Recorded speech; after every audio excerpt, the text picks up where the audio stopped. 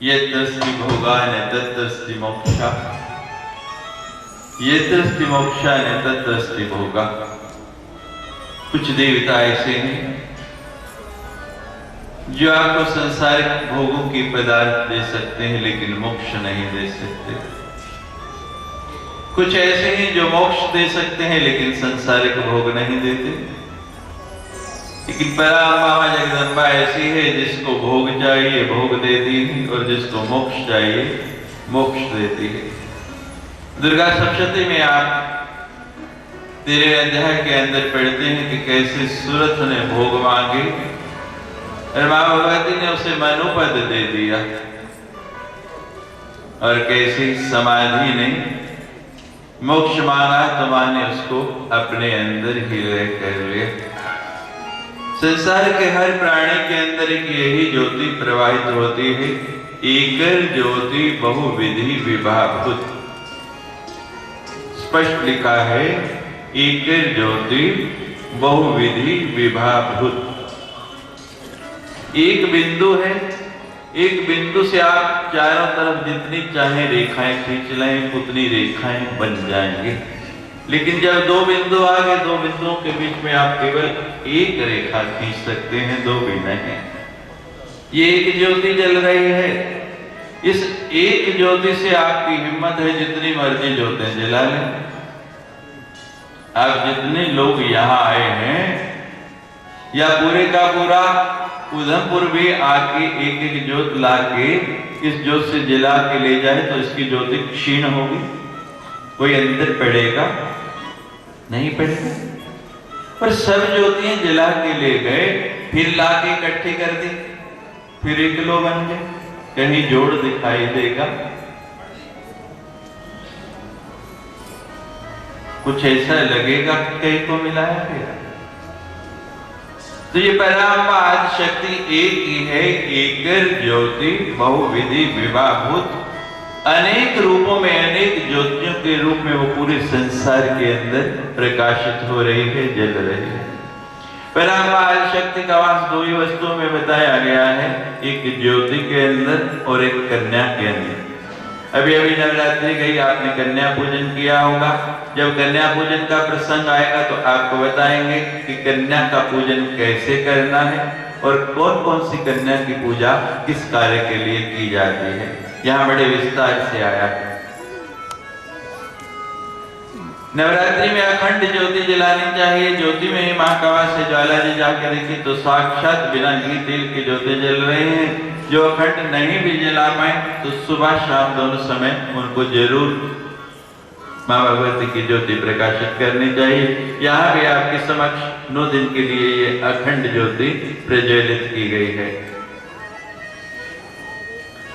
साल भर में 4 नवरात्रि आती है श्रीमद् देवी भागवत के अनुसार, लेकिन आप मुख्यतः 2 नवरात्रियां मनाते हैं और आपको 2 नवरात्रियों को ही पता है।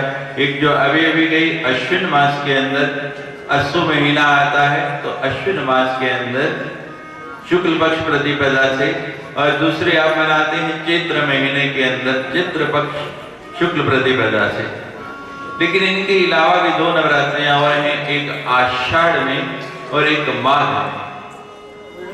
इन दोनों को गुप्त नवरात्रियां कहा गया है। एक एक नवरात्रि से एक एक फल की प्राप्ति होती है, धर्म अर्थ काम और मोक्ष चारों के चारों पुरुषार्थ एक एक नवरात्रि से प्राप्त होते हैं।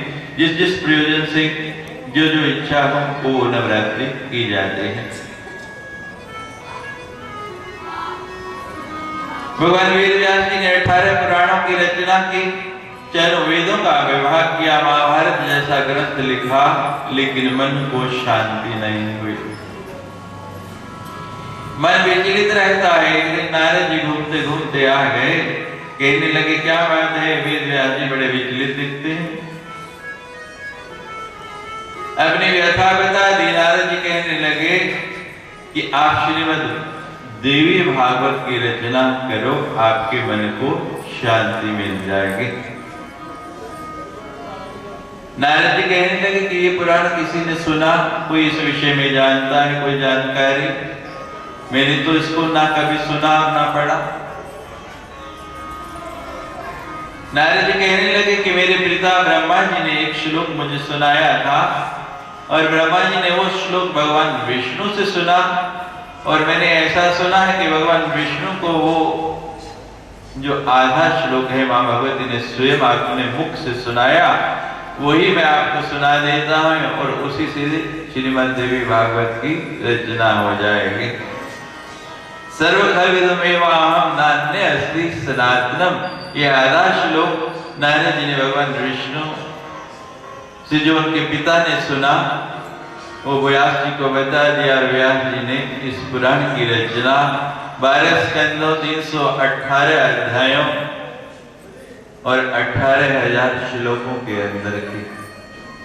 सारे के सारे पुराणों के वक्ता शुकदेव जी हैं, सब शुकदेव जी को पढ़ा दिए, लेकिन श्रीमद् देवी भागवत के वक्ता व्यास जी स्वयं है। जब नई नई बहू घर में आती है ना, तो सासू जी क्या करती है, चाबियां दे देती है, ले नूरानी होना कर तेरे ही हवाले, तू ही साफ, सब कुछ दे दिया, लेकिन कहते हैं पता नहीं किसे ले औखा वेला आ जाए, कुछ लोड भेजे तो कुछ ना कुछ छिपा के रख लेती हैं बहू से भी, कि मुश्किल टाइम आ जाएगा तो उसका उपयोग कर लेंगे। तो व्यास जी ने भी सब कुछ पढ़ा दिया शुकदेव को, लेकिन अपने लिए कुछ छिपा के रख लिया। ये उनका छिपा हुआ धन है श्रीमद् देवी भागवत। आप कहेंगे जब इतना कीमती है, इतना छिपा हुआ धन है, तो इसकी कथा बहुत कम क्यों होती है? उधमपुर में ही पहली बार सुन रहे। भारत के प्रधानमंत्री कौन है? बोलो, कमाल है। अरे उधमपुर भारत में ही है ना? हम तो कश्मीर की सुन रहे, मुझे उधमपुर पे शंका होने लग पड़ी। भारत के प्रधानमंत्री का नाम नहीं पता आप लोगों को? कौन? मोहन सिंह, मनमोहन सिंह, जिसने मन को मोह लिया। लगता है आप लोगों के मन को नहीं मोहा अभी तक, तभी नाम नहीं पता है। मनमोहन सिंह। और उनकी पत्नी का नाम गंदे औखा काम है। ऐसा सवाल बड़ा होता। देखो सब लोगों को उसकी पत्नी का नाम भी नहीं पता, किसी किसी को पता होगा। गुरशरण कौर है ना, उनकी पत्नी का नाम है गुरशरण कौर। देखो मनमोहन सिंह को सब जानते हैं, लेकिन उनकी पत्नी के नाम को आप नहीं जानते।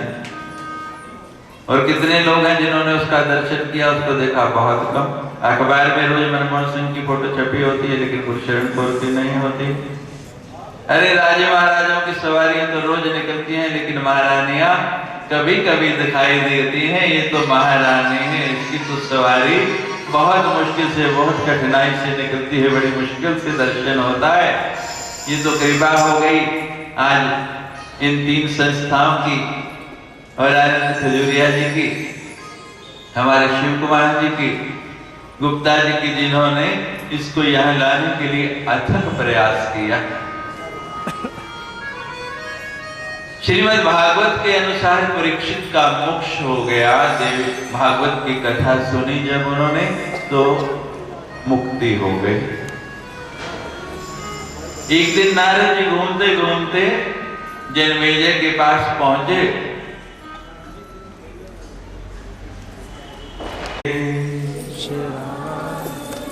जय जय जय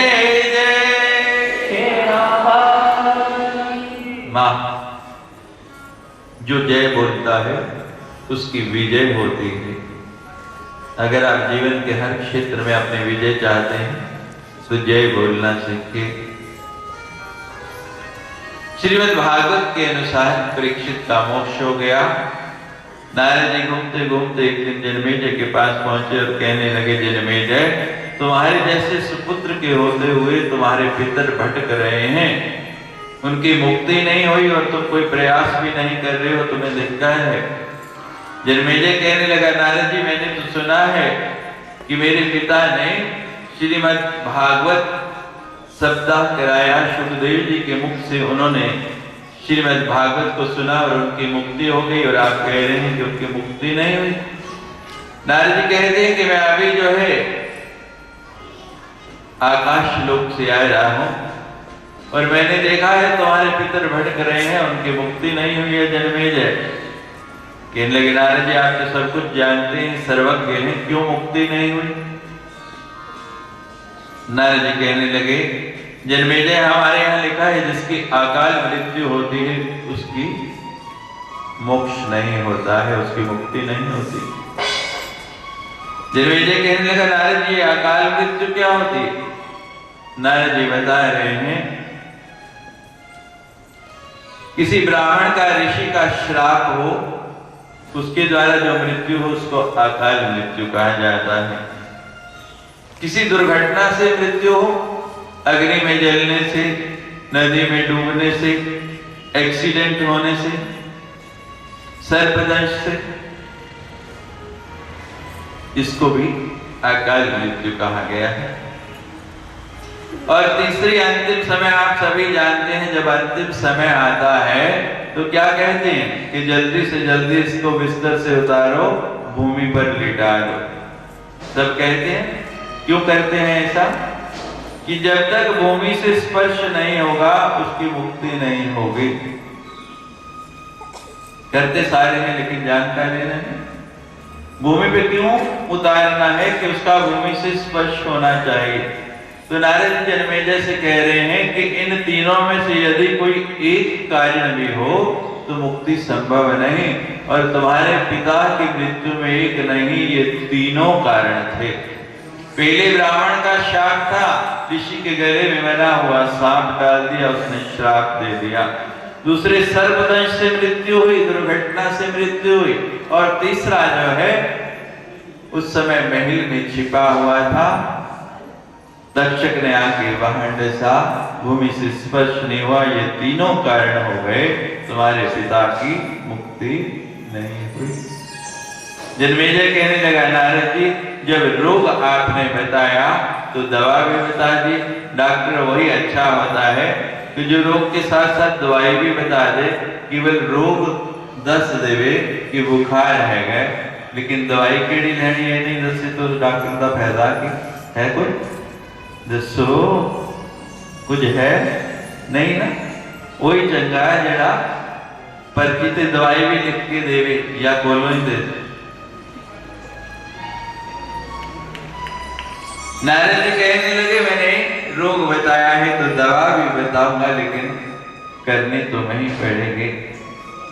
ठीक है नारद जी कहने लगे, इसकी एक ही दवा है, श्रीमद् देवी भागवत की कथा कराओ, श्रीमद् देवी भागवत नमः यज्ञ कराओ, तुम्हारे पितर मुक्त हो जाएंगे। जन्मेजय कहने लगा, नारद जी आपने कहा और मैंने मान लिया, लेकिन कोई प्रमाण? किसी की मुक्ति हुई हो, किसी ने ऐसा किया, किसी को इससे लाभ हुआ, आप मुझे बताएं। तो इसीलिए सबसे पहले किसी भी पुराण की आप कथा सुने, उसमें उसका महात्म सुनाया जाता है कि किसको लाभ हुआ। और जब हम महात्म सुन लेते हैं उसमें हमारी श्रद्धा हो जाती है, और जब तक श्रद्धा नहीं हो सुनने में आनंद नहीं आता। श्रीमद् भागवत और श्रीमद् देवी भागवत रेलगाड़ी की दो समानांतर पटड़ियां हैं। शुरू में आपको थोड़ा अटपटा लगेगा, क्योंकि कई कथाएं बिल्कुल एक जैसे आई हैं, लेकिन जैसे जैसे आप आगे बढ़ेंगे आपको आनंद आना शुरू हो जाएगा, क्योंकि आप पहली बार सुन रहे हैं, आपको जल्दी से थोड़ा समझ नहीं आएगा। वो सारस्वत कल्प की कथा है, ये पद्म कल्प की कथा है। हर कल्प में सृष्टि अलग ढंग से होती है, उसमें थोड़ा परिवर्तन हो जाता है। तो नारद जी जन्मेजय का विश्वास दृढ़ करने के लिए उनको कह रहे हैं कि जन्मेजय, मैं तुम्हें एक कथा सुनाता हूं। सत्राजित नाम के एक राजा थे, सूर्य की उपासना करते थे। हमारे यहाँ लिखा है मंत्राधीनश्च देवता, देवता जो है मंत्र के अधीन है। आप जिस देवता का मंत्र जपोगे उस देवता को आना ही पड़ेगा। कुंती ने भी सूर्य का मंत्र जपा और सूर्य देव आ गए, और परिणाम क्या हुआ? कर्ण के रूप में। तो सत्राजित के पास भी सूर्य का मंत्र, आराधना के मंत्र द्वारा सूर्य देव प्रसन्न हो गए। और जब सूर्य प्रसन्न हो गए, दर्शन दिया। बोलो सत्राजित क्या चाहे? सत्राजित ने कहा महाराज मेरे राज्य में आप जैसा ही प्रकाश रहे। भगवान सूर्य ने प्रसन्न होकर सत्राजित को एक मणि दे दी जिसका नाम है समयंतक मणि, और कहा कि इस मणि में दो गुण हैं। पहला, जहां भी रख दोगे मेरे प्रकाश जैसा प्रकाश होगा, रात्रि में भी जहां रख दोगे वहां दिन जैसा उजाला हो जाएगा। और दूसरा गुण इस मणि में क्या है कि जितना इस मणि का वजन है उससे 10 गुना सोना ये मणि रोज देती है। मान लो मणि का वजन 1 तोला है तो कितना सोना रोज देगी? 10 तोले। और अगर 1 किलो है तो कितना? 10 किलो। और 1 क्विंटल है तो 10 क्विंटल है। और 1 टन हो फिर कितना देगी? 10 टन 10,000 किलो। आपको पता है 1 किलो सोना कितने का आता है? हिसाब आया था 20,000 रुपये तोला हो गया, 2,000 रुपये का 1 ग्राम। कितने का किलो हुआ? 20 लाख रुपए का। 20 लाख रुपए का ये और ज्यादा हो। बोलो हिसाब लगाओ भाई।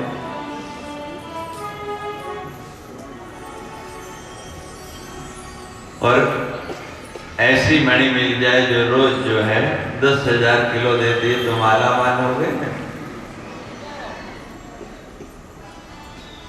आप तो देख के जाएंगे, घबराओ नहीं। समयंतक मणि हम लाए हैं बोरी भर के। हमें पता है उधर बहुत लोग आने वाले हैं कथा में, लेकिन देंगे 9वें दिन सबको देख के जाएंगे, क्योंकि अगले दिन ही दिवाली है। सबको लक्ष्मी चाहिए, सबको वो मणि दे के जाएंगे। लेकिन मां की 9 दिन आराधना करनी पड़ेगी तभी मिलेगी। तो महाराज वो मणि बड़ी सुंदर मिल गई और सत्राजित ने इतना सोना इकट्ठा कर लिया, भंडार भर गए, सर्वत्र उसकी ख्याति फैल गई। एक दिन भगवान कृष्ण पहुंच गए सत्राजित के यहाँ, बड़ा स्वागत सत्कार किया, बड़ा सुंदर आसन दिया, आसन पे बिठाया, पांव धोए। महाराज मैं आपकी क्या सेवा करूं भगवान, आपको क्या दूं? कहने लगे हम तो ऐसे ही आगे सत्राजित कुछ नहीं चाहिए। नहीं भगवान मेरे यहाँ कोई कमी नहीं, आप बताइए आपको जो चाहिए मैं दूंगा। क्या दूं?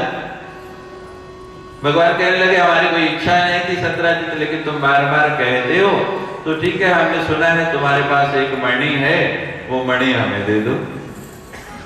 आप गई आदर गया और नैनन गया स्नेह, ये तीनों तब ही गए जब ही कहा कछु दे। तब तक बड़ा प्यार है, बड़ा सत्कार है, जब तक कुछ मांगा नहीं। और जहां कुछ मांग लिया आप गई, आदर गया, सम्मान गया, आपका जो सत्कार करता था वो गया, और नैनों से जो प्रेम बरस रहा था वो भी गया। कहने लगा भगवान आपने मणि क्या करनी, आपको जितना सोना चाहिए वो ले लो। भगवान कहते हैं हमें सोना नहीं मणि चाहिए, और वो भी नहीं चाहिए थी, तुमने बार बार कहा इसलिए हमने मांगी। भगवान मणि से सोना ही लेना है ना, और प्रकाश की आपको क्या जरूरत है? आप तो श्री कृष्ण चंद्र हैं, आपका तो अपना ही प्रकाश बहुत है। भगवान कहते हैं सत्राजित ना तो हमें सोना चाहिए ना मणि चाहिए, हम तो तुम्हारे भले के लिए आए थे, तुम बहुत सोना इकट्ठा कर चुके और अब ये मणि तुम्हारे लिए हितकारी नहीं रही, तुम नहीं देना चाहते, ठीक है हमें कुछ नहीं चाहिए, हम जाते हैं। भगवान चले गए। अब अगले दिन सत्राजित का एक भाई है प्रसेन, संध्या के समय शिकार खेलने के लिए जाने लगा। कहा भाई साहब मैं शिकार खेलने जा रहा हूं और आपके पास मणि है, मणि दे दो, उसका प्रकाश होगा, जानवर स्पष्ट दिखेंगे, खूब शिकार मार के लाऊंगा। भगवान को नहीं दी, भाई को मणि दे दी। और भाई मणि लेके जंगल में गया। रात्रि का समय हुआ, मणि के प्रकाश में स्पष्ट देखा दूर से एक शेर आ रहा है। उस शेर को जैसे ही देखा महाराज, तीर चढ़ाया, कमान पे तीर छोड़ा, लेकिन निशाना चूक गया। सिंह फुर्तीला था, उसने झपाटा मारा, प्रसेन को खींच के नीचे ले आया, प्रसेन को मार डाला। उसके गले में जो मणि थी, उस मणि को निकाल के अपने गले में डाला और चल पड़ा। सामने से जामवंत जी आ रहे थे। जामवंत जी ने देखा कि सिंह के गले में क्या चमकीली वस्तु है, कौतूहल हुआ। उन्होंने पीछे से आक्रमण किया, सिंह को मार डाला मणि लेके। अब प्रसेन मारा गया। साथ में जो सेनापति थे, नौकर जाकर के सोचने लगे कि यदि हम जिहाद सत्राजित को सूचना देंगे तो दंड देगा। वे छिप गए, इधर उधर वापस गए नहीं। जब बहुत दिनों तक प्रसेन नहीं आया तो ढूंढता ढूंढता सत्राजित वहीं पहुंचा जहां शिकार खेलने के लिए प्रसेन गया। जाके देखा कि प्रसेन मरा पड़ा है, कपड़ों से बेजाना शरीर, तो जानवर खा के हड्डियां बिखरी पड़ी हैं। मणि को टटोलने लगा, मणि कहीं मिली नहीं। विचार करने लगा, मेरे पास कृष्ण आए थे मणि मांगने के लिए, मैंने दी नहीं, हो ना हो कृष्ण ने मणि के लिए मेरे भाई को मार डाला। करने करने जपीन जना, यहां लिखा है कि करने करने जपीन जना, एक कान से दूसरे कान बात पहुंचती है। लोगों ने गति नापने के बहुत से मापदंड बनाए हैं। कोई कहता है वायु की गति तेज है, कोई कहता है प्रकाश की गति तेज है, कोई कहता है ध्वनि की गति बहुत तेज है। लेकिन हम कहते हैं सबसे तेज गति है अफवाह की। इससे तेज कोई वस्तु नहीं चलती। और देवियों को तो इसका बड़ा ही अनुभव है। कई बार क्या होता है, कोई बात हुई तो अपने पक्की सहेली है, खास मित्र है, शाम को बैठे तो उससे बात की, इतनी तेनों एक गल दसा, हाँ दस, पर तू किसी को कही ना दसी ना, तू मेरी पक्की सहेली है, मैं तेनों दस रही हूं। महाराज जी बड़े प्रेम से उसको सुना दी, अपना बोझ हल्का हो गया। मन की बात जब तक कह नहीं वो तो पेट में दर्द होने लग पड़ता, अंदर पचती नहीं, अपच हो जाता। और कितने भी हाजमोला खा लो, गैस की गोलियां खा लो, वो निकलती नहीं। अब जो हालत आपकी है वो दूसरे की है, आपने तो अपने निकाल लिया, उसके पेट में दर्द होना शुरू हो गया। वो क्या करे, उसने जाके आगे उसकी कोई पक्की सहेली है, उसको बता दिया, उससे बात की।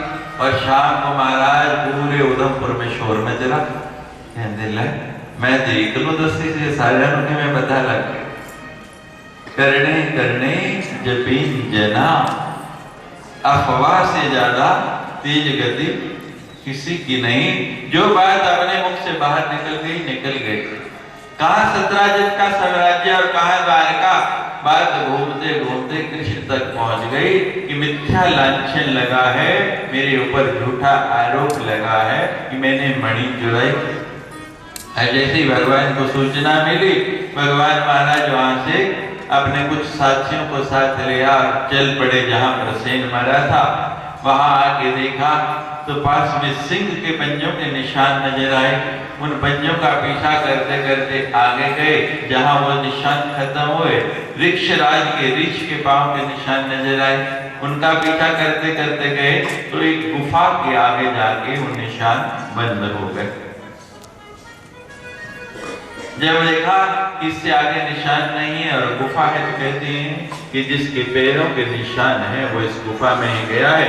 साथियों से कहा कि तुम यहीं रुको और मैं अंदर जाके पता लगाता हूँ, देखता हूँ कि कौन उस मणि को लेके गया है। अब भगवान अंदर गए, ग्वाल माल बाहर खड़े, और अंदर जाके भगवान ने देखा वो मणि जो है वहां देखी, और ऋक्षराज जो है उनके साथ भगवान का युद्ध होने लगा। मणि के लिए 27 दिन युद्ध चलता रहा। कितने दिन? 27 दिन। अब जब 27 दिन गुजर गए तो भगवान ने प्रहार किया, जैसे ही उस वृक्षराज के ऊपर एक रुधिर की पतली सी रेखा उस गुफा से बाहर निकली। ग्वाल वालों ने समझा कि हो ना हो भगवान को कुछ हो गया, वो सारे के सारे वहां से दौड़ गए, भाग गए। बड़ी दुविधा हो गई, भगवान मारे ना गए। उधर जामवंत ने देखा कि आज 27 दिन गुजर गए लड़ते लड़ते, और मेरे सामने तो कोई 7 दिन भी लड़ नहीं सकता है। ये कौन है? ध्यान लगाया तो पहचान गए, वो मेरे प्रभु मेरे इष्ट भगवान राम ही जो है कृष्ण बन के अवतार लेके इस धरा पर आए हैं। पाँव में गिर गया, क्षमा मांगने लगा, कहने लगे भगवान मैंने बड़ा अपराध किया है, मैं और तो कोई कुछ कर नहीं सकता, मेरी ये कन्या है जामवंती, उस दंड के स्वरूप मैं इसका विवाह आपके साथ करता हूँ और दहेज में यही मणि आपको देता हूँ। उधर द्वारका में महाराज वसुदेव जी बड़े दुखी हैं कि आज 27 दिन हो गए, 18 दिन हो गए, 18 दिन गुजर गए, बेटे का पता नहीं, साथ में जो साथी गए वो भी नहीं मिल गए। बड़ी मुश्किल से 6 बेटे मारे गए, 7वें का संकर्षण हो गया, या 8वां बालक बचा। फिर मथुरा में क्या क्या मुसीबतें आई, अब द्वारका में आके थोड़ा शांति से रहने लगे थे, ये फिर क्या हो गया। बड़े दुखी हैं तो नारद जी घूमते घूमते वीणा बजाते आ गए। नारद जी ने आके कहा क्या बात है वसुदेव जी, बहुत दुखी दिख रहे हैं। कहने लगे नारद जी आप तो जानते ही हैं कि कितनी मुश्किल से लाला अब आके कुछ सुख देने लगा, आनंद आने लगा, लेकिन अब 18 दिन हो गए लाला फिर गायब है। नारद जी कहने लगे वसुदेव जी परेशान होने की क्या जरूरत है, अम्बा यज्ञ कराओ, नवाह यज्ञ करो, देवी भागवत की कथा करो, खोया हुआ पुत्र मिल जाएगा, कहाँ ये पता लग जाएगा।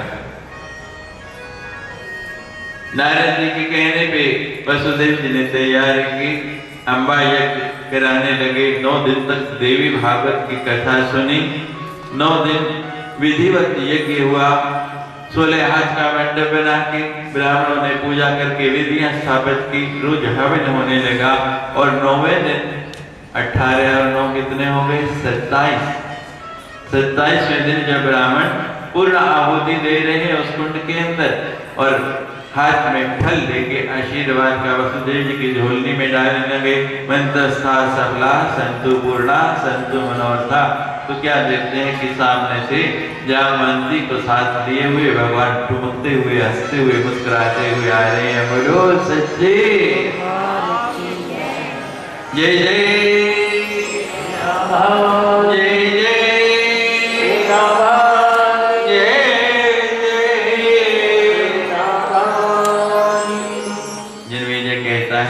नारद जी, ये तो आपने बड़ी विचित्र और बड़ी सुंदर कथा सुनाई। जामवंत की वही गुफा आपके प्रदेश में जम्मू में पीरखो की गुफा के नाम से जानी जाती है। वहां के प्रति मेरी श्रद्धा हो गई, मैं इस कथा को जरूर कराऊंगा और अपने मित्रों को मुक्त करूंगा। लेकिन नारद जी कहते हैं कि जन्मेजय किसी काम को शुरू करने और पूर्ण श्रद्धा नहीं हो तो बीच में ना छोड़ते बनता है और ना करते बनता है। अभी मैं तुम्हारी श्रद्धा को दृढ़ करूंगा, तुम्हारे विश्वास को स्थिर करूंगा और उसके बाद तुम ये अम्बा यज्ञ करना, फिर इस नवाह यज्ञ का अनुष्ठान करना। तो नारद जी कैसे जन्मेजय का विश्वास दृढ़ करते हैं, कैसे जन्मेजय को वहां की इस पावन कथा के प्रति रुचि पैदा करते हैं, ये कल आपको सुनाएंगे। कथा का समय बोर्डों पे जो छापा गया, जो यहाँ प्रचार सामग्री है उसमें 4 बजे से 7 बजे तक लिखा गया है, लेकिन मुझे सूचना दी गई कि अंधेरा जल्दी होने लगा पड़ा है, इसलिए कथा का समय परिवर्तित करके 3 बजे से 6 बजे तक रखना है। तो 6 बजने वाले हैं, मुझे तो कोई आपत्ति नहीं है। 7 बजे तक है तो मैं तो 7 बजे तक 8 बजे तक जितना कहीं बोल सकता हूँ, लेकिन समय के बंधन में रहना जरूरी है। तो कल से विधिवत मेरा नियम है, मैं ठीक समय पे कथा शुरू कर देता हूँ, कोई आए या ना आए।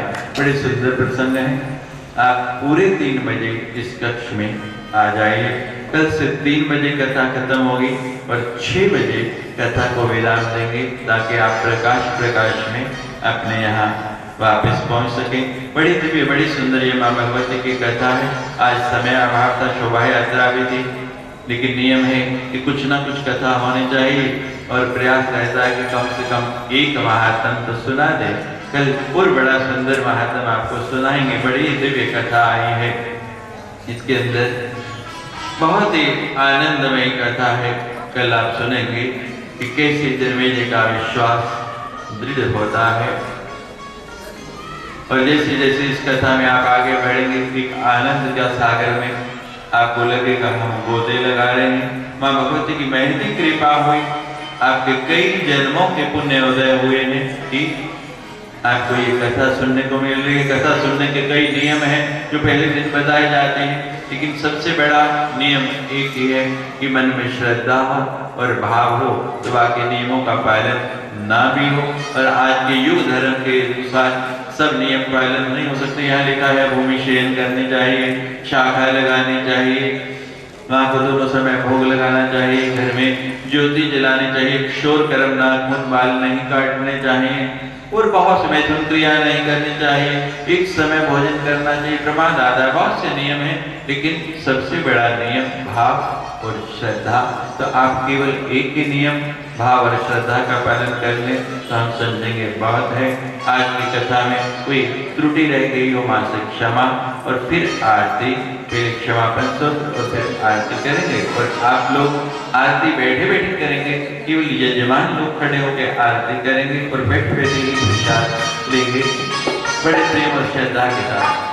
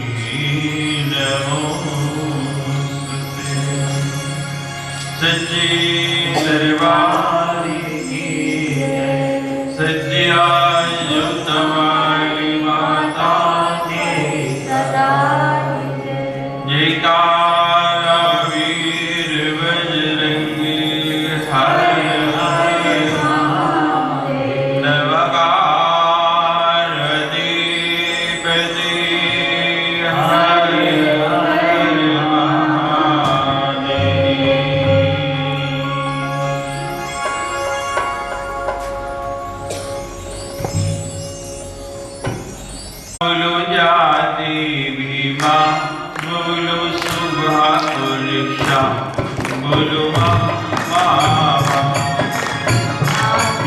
भीमा बोलो जाते भीमा बोलो सुभार श्याम बोलो मामा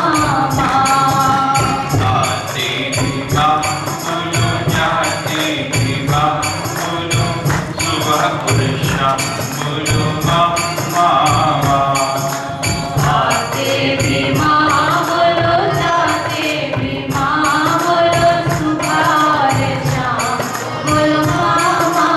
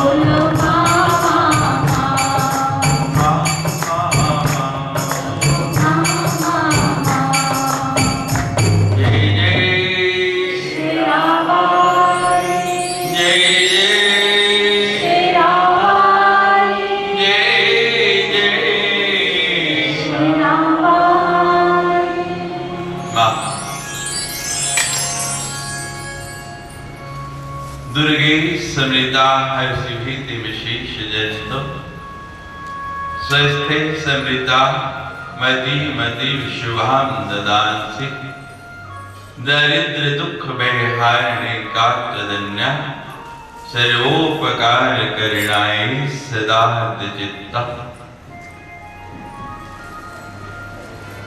दुर्गे समृता हर्षि भीति विशेष जस्तो परमाद शक्ति जगजननी मां जगदम्बा का नाम सुमिरन करने से ही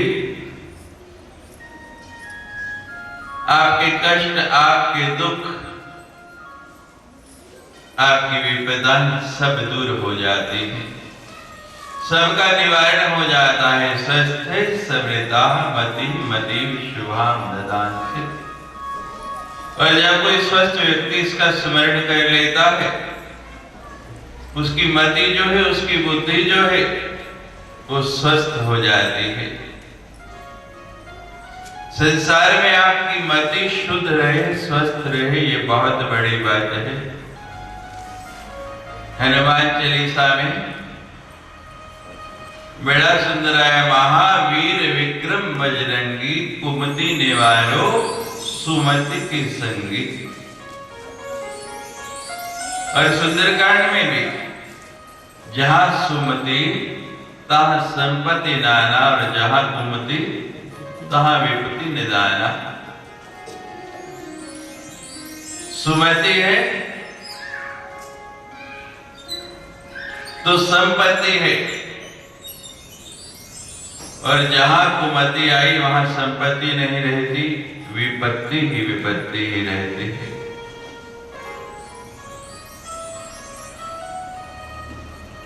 और हनुमान जी किसके साथ स्पष्ट बता दिया,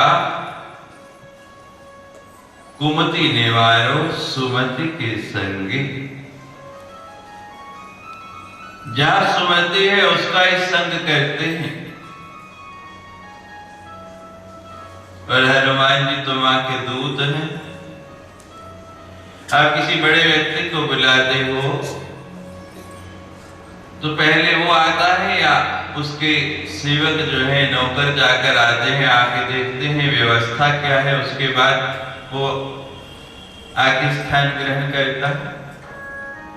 तो मां को बुलाना है तो पहले हनुमान जी आएंगे, वो देखेंगे कि आप जिसको पुकार रहे हैं, आपके यहाँ उसके ठहरने की, आने की, बैठने की व्यवस्था भी है या नहीं। और हनुमान जी और कोई व्यवस्था नहीं देखते, ये नहीं देखते कि आसन बहुत बढ़िया बना है, आपने भोजन बहुत बढ़िया बनाए है। हनुमान जी एक ही बात देखते हैं कि आपकी मति कैसी है। अगर आपकी मति शुद्ध है, आपकी मति निर्विकार है, तो फिर जाके सूचना दे देते हैं, माता जी आ जाओ, ये स्थान आपके आने के लायक है। स्वस्थ समृता मति मति शुभाम ददांसि दरिद्र दुख वैराग्य का तदन्य। जो उसकी शरण में आ गया वो दरिद्र रह ही नहीं सकता है, गरीब रह ही नहीं सकता, क्योंकि मां तो स्वयं लक्ष्मी स्वरूपा है। जिसने मां को अपने घर में आसन दे लिया, दरिद्रता वहां रहती नहीं।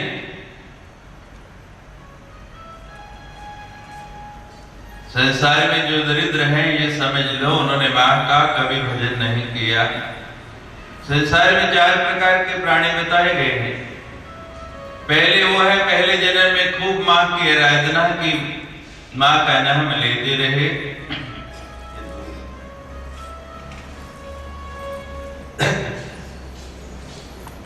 कृपा कर में ही लक्ष्मी है।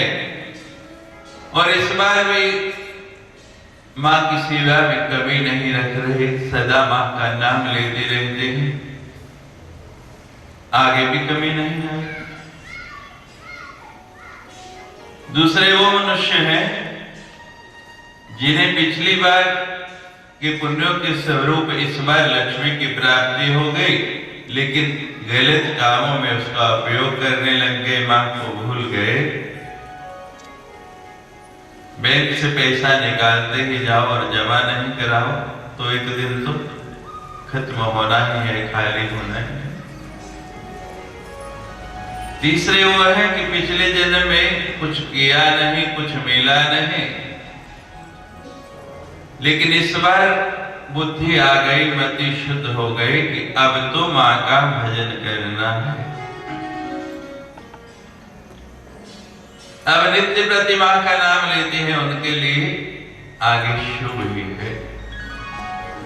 और चौथे वो मनुष्य बताए गए जिन्होंने ना पहले किया 84 लाख योनियां घूम के जन्म लिया, ना अब करना है, फिर भटकना ही भटकना है। बड़ा सुंदर सुखद सुयोग मिल गया है। कार्तिक का मास है, बड़ा ही पावन मास, और इसमें पराम मां शक्ति मां जगदम्बा की ये पावन कथा आपके नगर आ पहुंची है। ये बड़ी पावन, बड़ी दिव्य कथा है।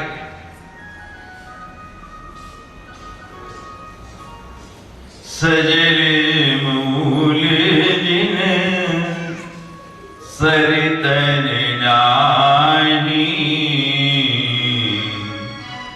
बरस गई पुण्य सबहि सुखानी। श्री राम जय राम जय जय राम, श्री राम जय राम जय जय राम। सजल मूल जिन सरितन नाही, बरस गई पुण्य सबहि सुखानी। श्री राम जय राम जय जय राम, श्री राम जय राम जय जय राम। तुमा कहूँ निज कथा प्रसंगा, सकल लोक जग पावन गंगा। श्री राम जय राम जय जय राम, श्री राम जय राम जय जय राम। सजल मूल जिन सरितन नाही। तुलसीदास जी ने लिखा है कि जिन नदियों का मूल सजल नहीं होता, वो केवल वर्षा ऋतु जब आती है तब उनमें जल बहता है, और वर्षा ऋतु गई वो भी सूख जाते हैं। लेकिन भोलेनाथ कह रहे हैं, भवानी ये जो कथा है ना, ये गंगा यमुना नर्मदा जैसी सजल है, इसका मूल सजल है, ये कभी सूखती नहीं। इसका जल सदा बहता रहता है। जो जल एक जगह खड़ा हो जाता है वो भी गंदा हो जाता है, और जो सूख जाता है वहां भी कुछ नहीं बचता है। लेकिन जो जल बहता रहता है वो तो निर्मल रहता है, पवित्र रहता है। हे उमा, ये कथा गंगा जहां जहां जाती है वो स्थान पवित्र हो जाता है। एक गंगा वो है जो हरिद्वार में बहती है, एक गंगा वो है जो भगवान शंकर की जटाओं में है, और एक गंगा ये है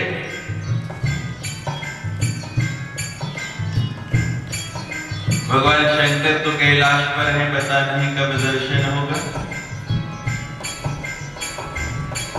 हरिद्वार जाना है, बहुत खर्चा होता है। लेकिन ये तीसरी जो गंगा है ये आपके नगर में आ गई। मां की महती कृपा हो गई, घूमते घूमते ये गंगा उधमपुर में आ पहुंची है। अब उधमपुर में आ गई, और आप सोचें कि उधमपुर आ गई, थोड़ी सी मां और कृपा कर दे, हमारी गली में, हमारी कॉलोनी में भी आ जाती। अब यहाँ के आयोजकों ने इतनी भी व्यवस्था कर दी बड़ी दूर दूर तक इसकी ध्वनि जाती है, आवाज जाती है, वहां जाने लग पड़े। आपकी कॉलोनी में, गली में भी पहुंच गए। अब गली में पहुंच गई तो कहीं हमारे घर में भी आ जाए। जगह जगह निमंत्रण दिए गए, सब जगह प्रचार किया गया, आपके घर भी पहुंच गए। और आजकल जमाना है अटैच बाथरूम का। अब कहीं हमारे बाथरूम में, हमारे नल में भी पहुंच जाए। अब नल में भी पहुंच गए। इतनी भी मां ने कृपा कर दी, क्योंकि अगली पंक्ति आई है, सर्वोपकार करणाय सदार्थ चित्ता। मां तो सबका हित करने वाली है, सबका उपकार करने वाली है। दयार्थ चित्ता, जिसका हृदय जो है दया से गीला रहता है, दया से ओतप्रोत रहता है। मां ने इतनी भी कृपा कर दी। अब नल के नीचे बाल्टी भी नहीं रखे, नल भी नहीं खोले, कुछ तो करना ही पड़ेगा। मां ने इतने काम कर दिए, थोड़ा सा काम आप भी कर दो। निज कथा प्रसंगा, सकल लोक जग पावन गंगा।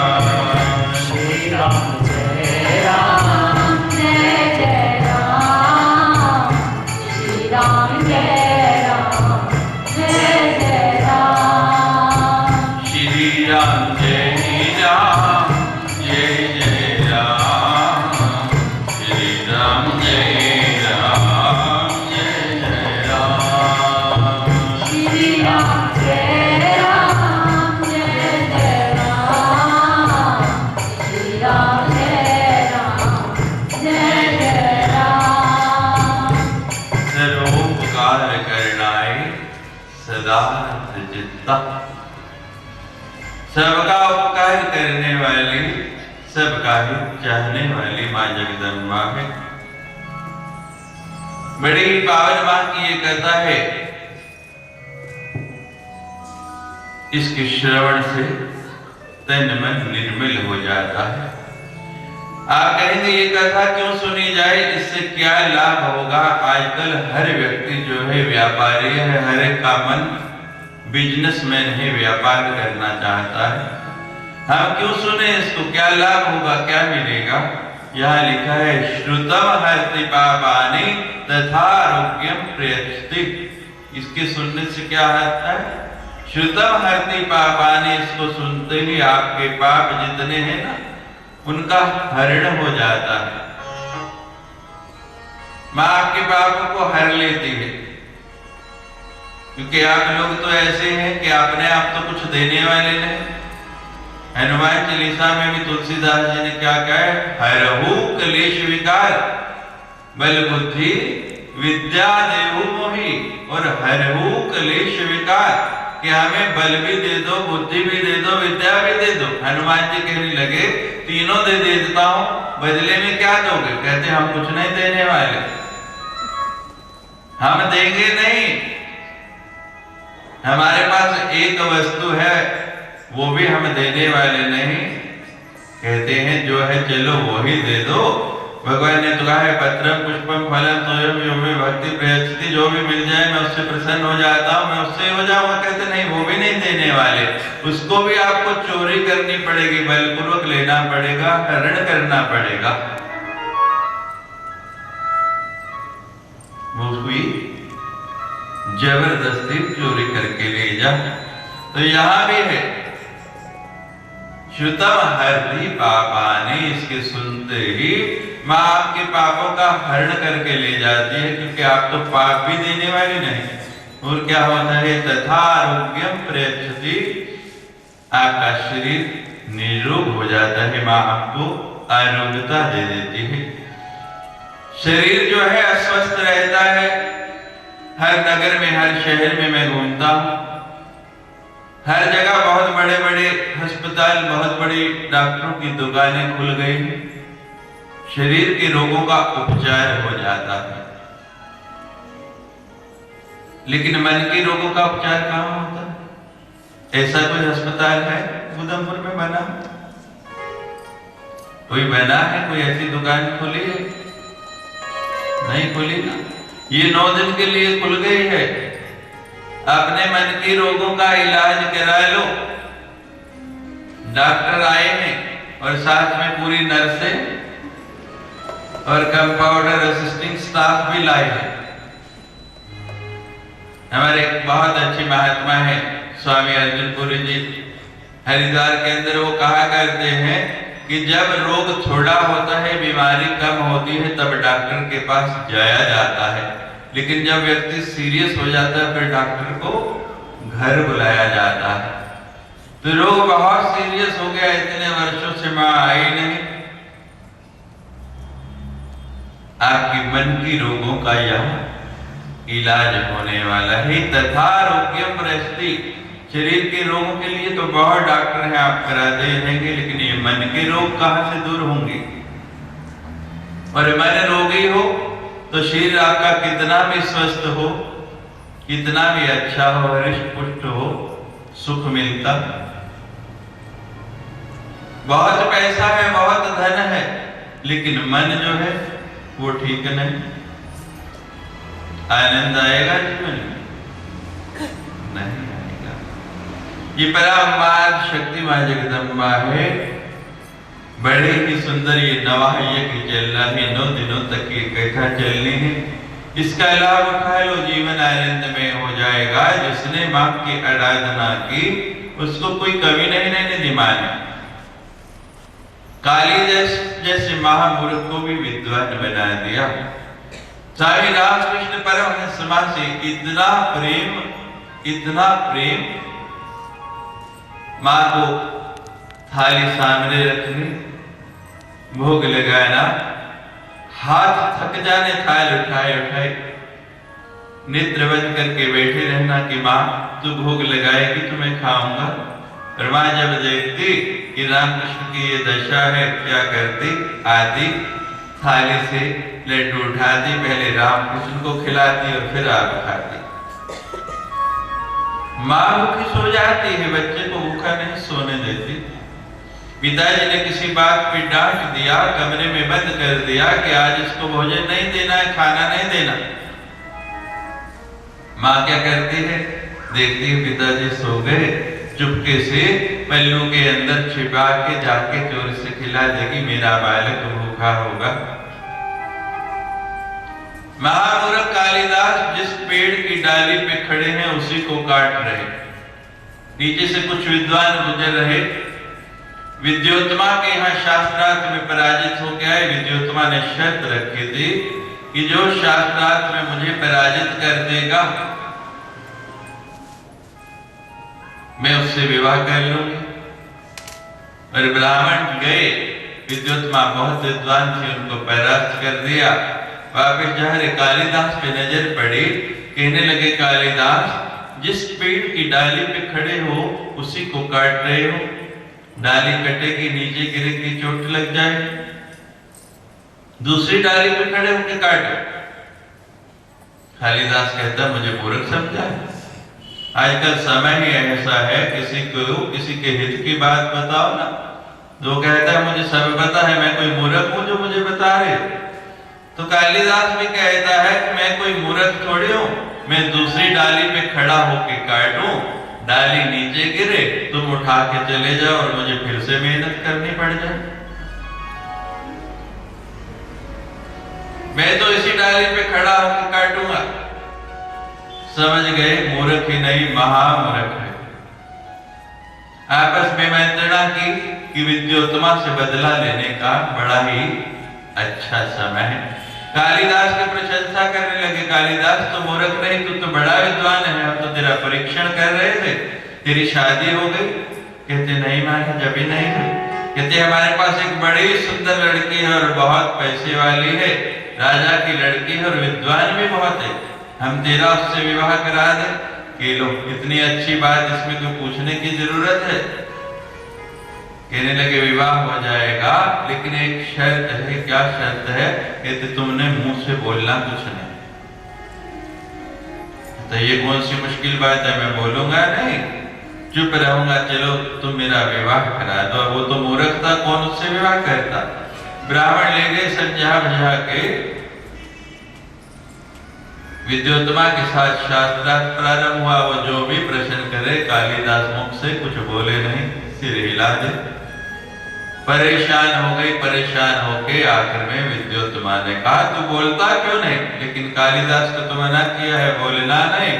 विद्योत्तमा ने गुस्से में आके कहा कि तू जीता मैं हारी, जा यहाँ से। और ब्राह्मणों ने उद्घोष कर दिया कि शर्त ये थी कि विद्योत्तमा जिससे हारेगी विवाह करना पड़ेगा। और विद्योत्तमा ने तो स्वयं स्वीकार कर लिया है कि वो इससे परास्त हो गई, विवाह करना पड़ गया। अब कालिदास विवाह करके लाए। विद्योत्तमा पहले दिन ही समझ गई कि महामूर्ख, कि जो मेरे भाग्य में था वो मिल गया। माँ की भक्तनी थी, रोज माँ से प्रार्थना करती माँ कभी इसकी बुद्धि भी जागृत होगी। लेकिन कालिदास को तो कुछ समझ में नहीं आए, महामूर्ख। अब महाराज एक दिन बहुत ही दुखी होके घर से निकाल दिया, कहा मैं तुम्हारे साथ नहीं रह सकती, जा। अब कालिदास मुंह लटकाए जा रहे हैं कि भगवती ने मेरी बुद्धि में कुछ ज्ञान भरा ही नहीं, मैं क्या करूं। जब ऐसी स्थिति में जा रहे, मन दुखी है, आगे से एक संत मिल गए और संत तो पुकारी होते हैं।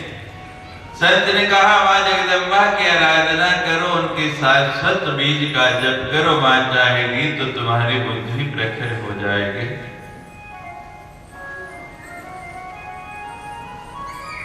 अब कालिदास महाराज उस बीज को लेके जपने लगा और समय रहते रहते माँ ने कृपा की, उसकी बुद्धि का विकास हुआ। जब बुद्धि का विकास हो गया, ज्ञान हुआ, घर वापस आए, आके दरवाजा खटखटाया, अंदर से आवाज आई कौन है? वो कालिदास जो महामूर्ख था उस विद्वानों की भांति संस्कृत में बोलने लगा, कपाटम उद्घाटय, दरवाजा खोलो। विद्योत्तमा कहती ये कौन है? ना विद्वान कौन आ गया? दोबारा आवाज आई, कपाटम उद्घाटय। आवाज पहचान ली, ये तो मेरे पति की आवाज है, कालिदास की आवाज है। खिड़की से देखा, बाहर सचमुच कालिदास खड़ा है। दरवाजा खोला, खोल के कहने लगी, अस्ति कश्चित वाग विशेषा। जिस बोली में कोई बोले वही जवाब देना पड़ता।